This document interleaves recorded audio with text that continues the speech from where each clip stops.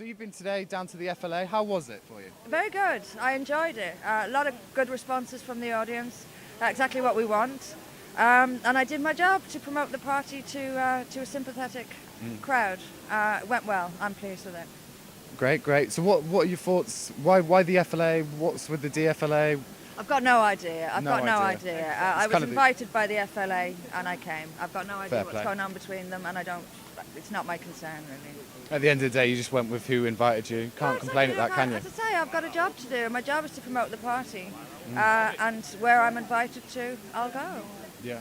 Well, so I actually made a video about ForBritain a couple of months ago, and it actually got me kicked out of the Labour Party and whatnot, which is quite funny. But that's a whole other thing. Okay. But how's it going for ForBritain at the moment? Because I know there was a bit of trouble at first, like getting registered as a political party. Yeah. So how's that going now? Well, we're registered now. Brilliant. They're not allowing us to have the Trident logo we wanted, but we've made representations about that, and we'll wait and see what they say. But it's growing every single day. It's growing. I hope we can keep up with how quickly it's growing. But as the membership grows, volunteers come forward. We've got branches setting up all over the country. We've got candidates ready to stand in May.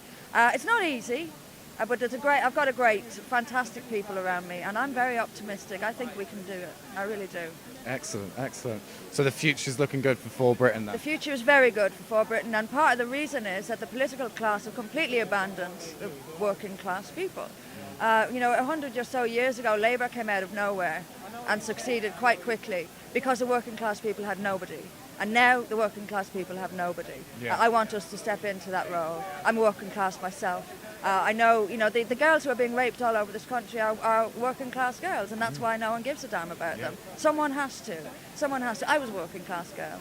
I'm not going to sit back and do nothing while girls who could have been me are raped in the streets, and the politicians and the authorities don't care. I do.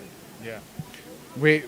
Quite funny, we both come back from the sort of same backgrounds, working class, whatnot, left-wing and sort of left-wing views and whatnot. And from what I've seen so far, ForBritain sort of is going back to the traditional roots of what Labour Party was, which is great to see, because at the moment most of the political parties are like, oh no, screw them, screw that sort of group, basically the working class, the people who actually make Britain great, basically.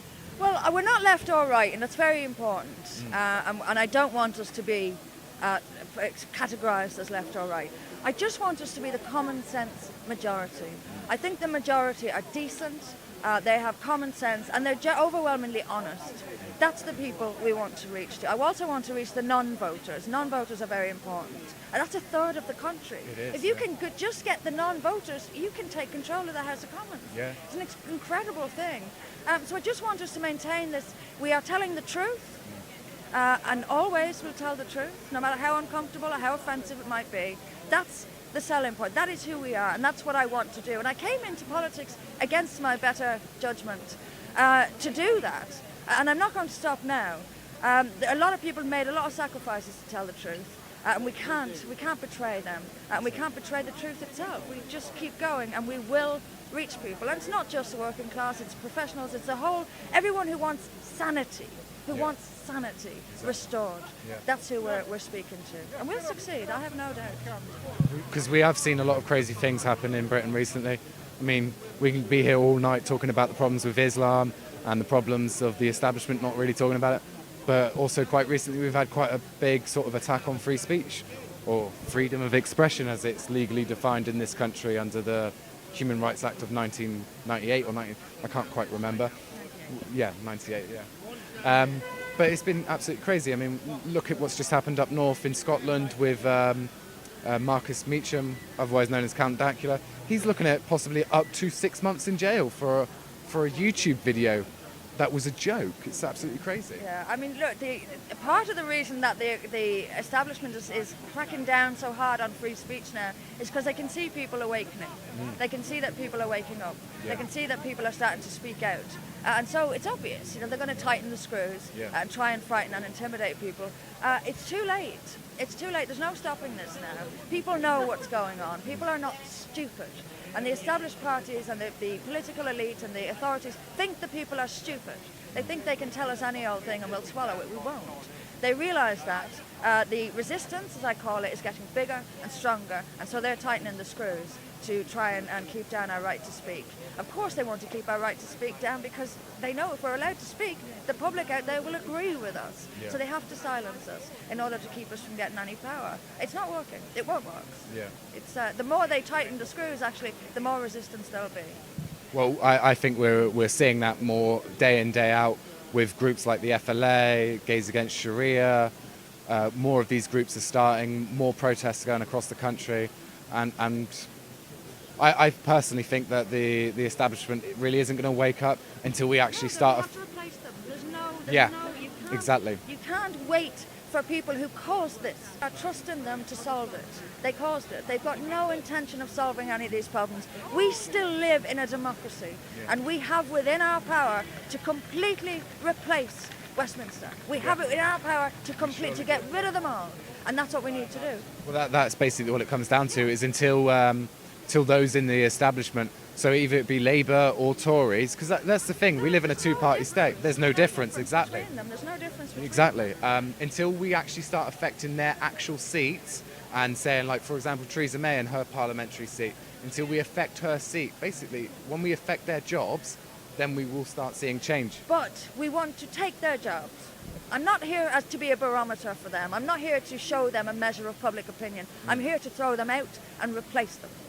I'm not here to make, some people say if you get enough pressure the Tories will change. No, I want them out. They have completely betrayed this country for generations. They have to go. I 100% agree. It does happen. It does happen. And as I said in my speech, if you don't believe you can change it, you never will. You have to believe you can change it, and we can. I think the biggest proof of change would be from getting more people to vote. I mean, we've seen it with the Brexit vote. I think it was something like 73% of people actually turned out that are registered. I don't know, 17.4 million. Something around the 70th percentage. But when we look at like the general election, we're left with numbers that are anything from some areas as low as 11% to maybe as high as 40%.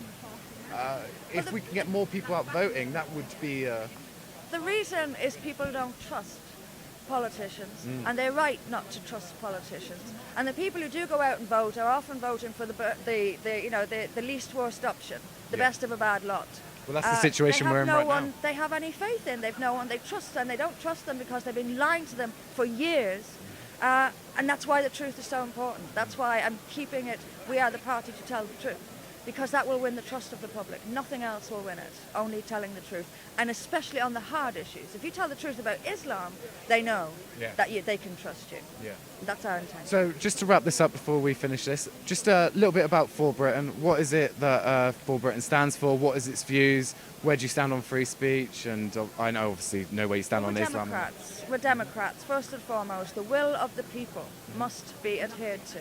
Obviously we're pro-Brexit. Pro-freedom of speech, because you can't have a democracy without freedom of speech. Exactly. But we just want to restore honesty and truth and a bit of sanity. I want the police to deal with actual crime and not name-calling. You have police going to a place because someone said a nasty word, while down the road a child is being gang-raped and no one does a damn thing about it. People get the innate injustice here. They know that this is all completely the wrong way around. The police should be over there and the joke should be nothing. If you're offended by something, walk away and don't have anything to do with that person again. It's as simple as that. And I'm offended sometimes, and if someone offends me repeatedly, I just won't spend any time around them. It's as simple as that. It's free. We're supposed to be a free society. You pick your friends. If you don't like someone, don't be with them. But you cannot be phoning the police because someone offended you. And that's where we are now. And it's quite shocking. We have to get sanity back. That's what we stand for. I totally agree. We will make America great again.